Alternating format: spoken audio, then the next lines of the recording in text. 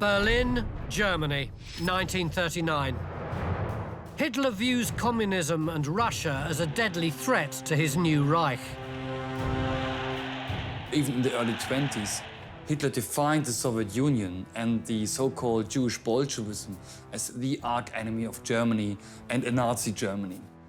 So he was obsessed with the Soviet Union, but of course it was not clear how to, cope with this arch-enemy.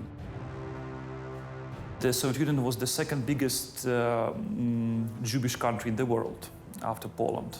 And in Hitler's opinion, after the revolution of 1970s, when the imperial elite was driven out, Russians were controlled by the Jews, because the Bolsheviks and Jews were the same thing for him.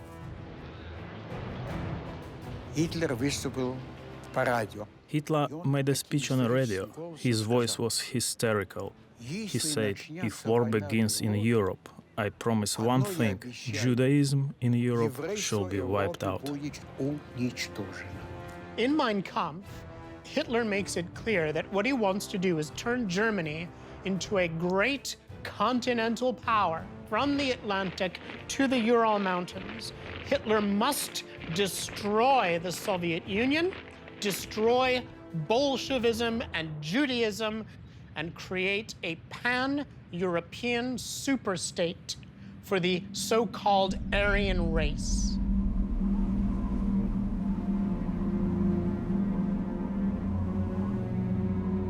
Although Hitler sees the Soviet Union as an enemy that Germany will have to face, he first wants to attack his enemies to the west. Knowing that he can't fight a war on two fronts, Hitler seeks a pact with Stalin. When Hitler secured a non-aggression pact with the Soviet Union in 1939, it suited both sides. It suited Stalin because in the end Stalin didn't want to be involved in a war in the West, didn't want to try and save France and Britain from German aggression.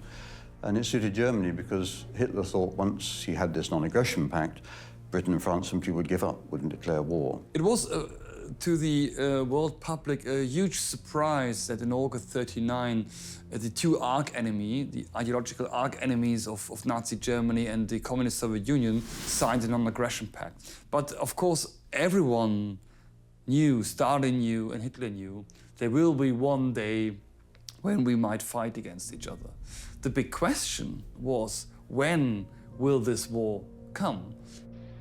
It was always felt that the two powers, like Russia and Germany, cannot live forever on a peaceful basis.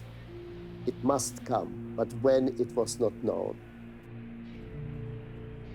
I remember saying to him, I know war is inevitable, but couldn't you postpone it a bit?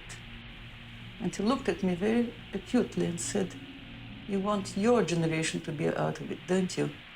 And that is probably what I did want by that time.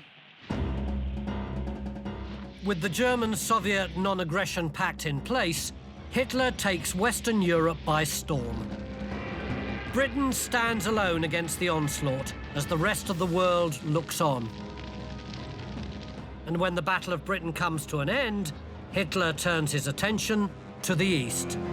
In a masterpiece of deceit, he plans to betray Germany's so-called ally in an operation codenamed Barbarossa. Stalin really did, I believe, that Hitler would keep his word. And although there was massive intelligence being fed into Moscow, telling him that German preparations were very advanced, that war was going to happen in the summer, he just said this is all misinformation. No, there was no preparation, none whatever. Stalin prepared Russia by killing off his generals. That was the preparation.